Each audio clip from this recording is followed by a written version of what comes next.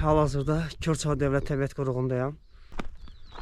Sabahı belə bir möhtəşəm mənzərədə asmaq həqiqətən ləzzət edir.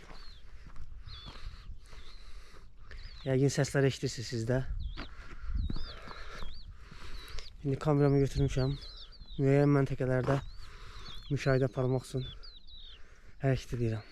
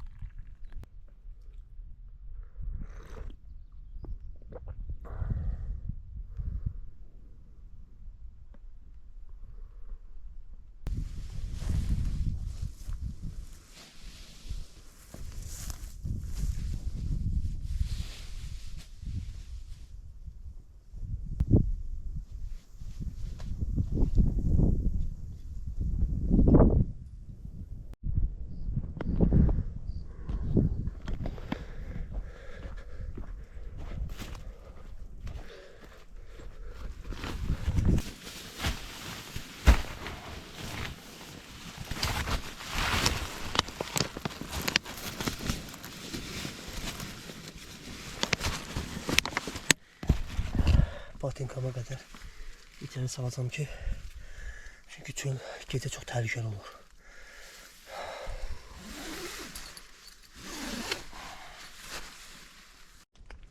Bütün hazırlıqları görmüşəm. Bu istiqamətdə müşahidə aparacam. Çöldə də maskirovka eləmişəm və sakitcə gözləyəcəm. Əsasən onlar gecə saatlarında, bir də səhər saatlarında gəldilər.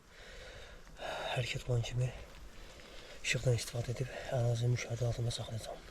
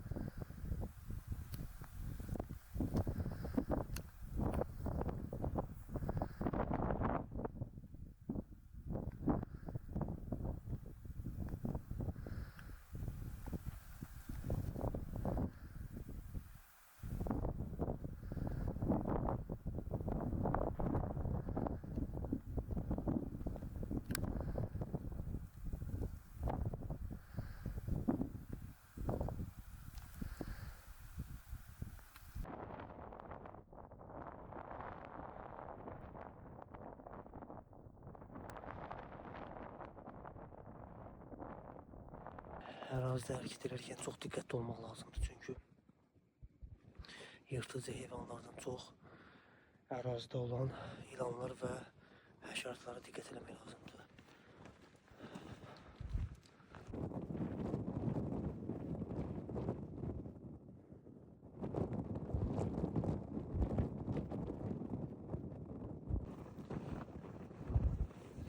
Görün, öz zəhərini yer etdi.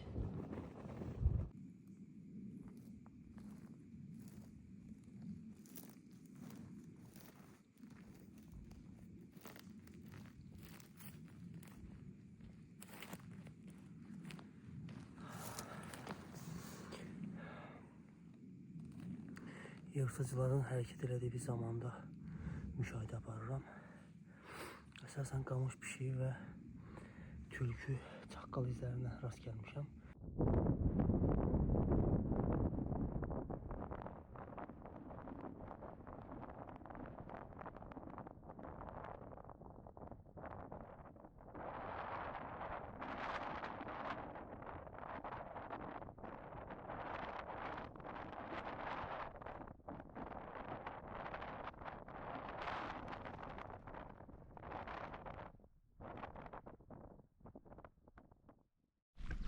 Dostlar, ərazidə gəzərkən belə bir yerə rast gəldim. İstədim sizə göstərim buranı. Baxın, kolluq ərazidir və yerdə dəliklər var. Və hər yerdə. Baxın. Və bu dəliklər ərəb dovşanı və digər canlıların, yəni gəmiricilərin açdığı yuvalardır. Və bu ətrafda ilanlar da məskunlaşır. Odur, ərazidə, yəni çöl şəraitində belə bir yerlə qarşılaşsanız, qətiyyən o ərazidə olan otluq əraziyə girməyin. Və bura tam olaraq təhlükəli bir bölgədir. Mümkün deyil ki, orada ilan olmasın. Baxın. Hər yer dəlikdir. Onlar da belə yerlərdə özlərinə yuva qururlar. Harada onlara qida varsa, onlar da özləri üçün orada yuva qururlar. Baxın, belə təpəli ərazilər. Hər yeri dəlikdir, hər yer. Burada əqrəb də olar. Baxaq hələ. Bu daşlığın altında əqrəb də ola bilər. Görürsünüz, çox təhlükəli yerlərdir ora. Bu məlumatı sizə verməkdə məqsədim budur ki, heç vaxtı və kolluq əraziyə, sıx olan kollara girməyin. Elə gizlənib qalır ki orada. Yəni şərt deyil ki, orada böyük ilan olsun. Yəni xırda da olsa belə, balası belə olsa, və yaxud xırda da olsa sizi ölümcül zəhərləyə bilər. İlanlar tez-tez sual verilir. Nə edim, necə edim ki, ilanlar bizim evimizə, bizim həyətimizə gəlməsin. Dostlar, ilanlar üçün şərait birinci yaratmayın orada. Şərait budur ki, yəni onların qidasının gizləndiyi bir ərazi olmasın evinizdə. Aha. Bu düz burada. İndi danışa sizə dediyim kimi. Düz burada üzbəüz məndən yenə Xəzər təlxəsi var. Düzdür, zəhərsiz ilandır. Amma görürsünüz, yəni bu ərazilərdə məskunlaşırlar. Mən sizə göstərə bilməyəcəm. Təxminən 3 metr uzunluq, 3 metr məsafədə yerləşir. Baxın burada. Yəni təbiətdə hərəkət edən zaman belə sıx kollara girməyin qətiyyən. Girsəniz, bilin ki, ilan sizi vuracaq. Evinizdə də belə bir şərait yaratmayın. Hər zaman həyətinizi təmiz saxlayın və orada daş olsun, yəni daşların yığılması, zibillik olsun, taxta parçaların yığıldığı yer, əsasən də evləri bir səhralıq əraziyə yaxındırsa və yaxud isti olan bir yerdirsə, yəni isti bir ərazidirsə, aran zonası olsun və digər zonalar, yəni orada qətiyyən bu səhvlərə yol verməyin. Çünki zəhərli ilanlarda hər hansı biri gəlib bura məskunlaşsa və orada bağlarını artırsa, sizin üçün təhlükəli ola bilər. Ən gözəli həyətinizi təmiz saxlamaqdır.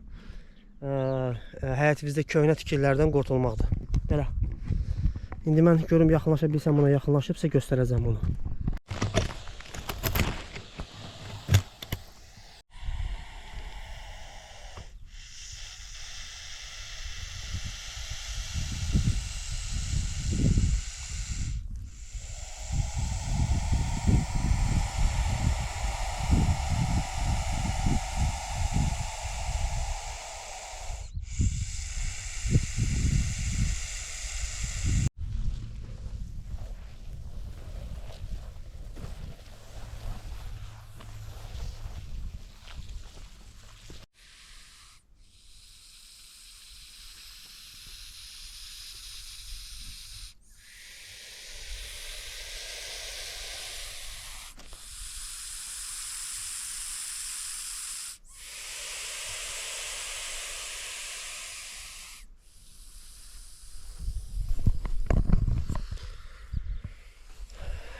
Gördüğünüz bu ilan ölkəmizdə yayılmış yarı zəhərli ilan növlərinə aiddir. Türklər buna çukurbaş ilan deyirlər.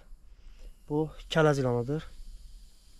İnsan üçün heç bir həyati təhlükə daşımayan, amma gəmiricilər, kərtənkələ və digər xırda canlılar üçün ölümcül zəhərləri var.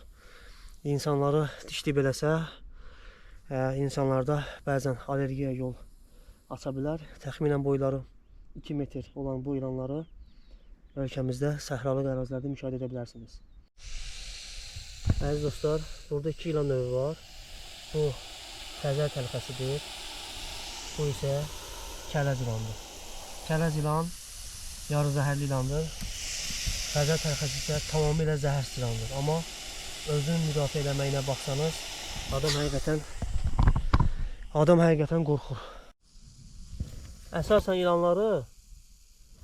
ilanları baxın, belə yerlərdə görə bilərsiniz. Görürsünüz, hər yerdə dəliklər var. Gəmiricilərin açdığı yerlərdir və ilanlar da bura sığınır.